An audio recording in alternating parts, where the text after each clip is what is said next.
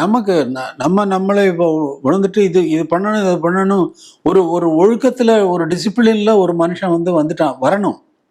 வந்தால் தான் அவனுக்கு போகக்கூடிய பாதை செம்மையாக இருக்கும்.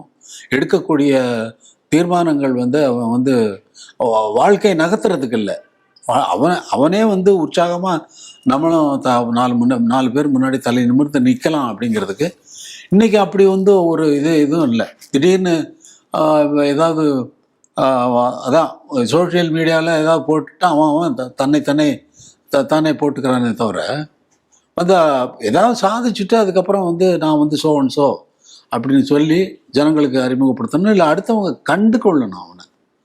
அடுத்தவங்க அவன் இவன் ரொம்ப நல்லா பண்ணுறான் அப்படின்னு சொல்கிறதுக்கு அதுக்கு முயற்சி பண்ணுறதுக்கு பதிலாக வேறு ரூட்டில் ஆப்போசிட் சைடில் போயிட்டுருக்கு.